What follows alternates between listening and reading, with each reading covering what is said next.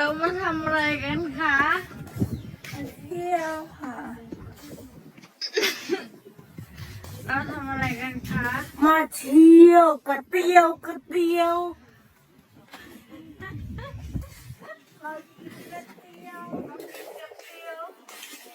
พี่พีมาทำอะไรอ่ะ มากินไส้กรอก มากินอะไรก่อนว่าขอ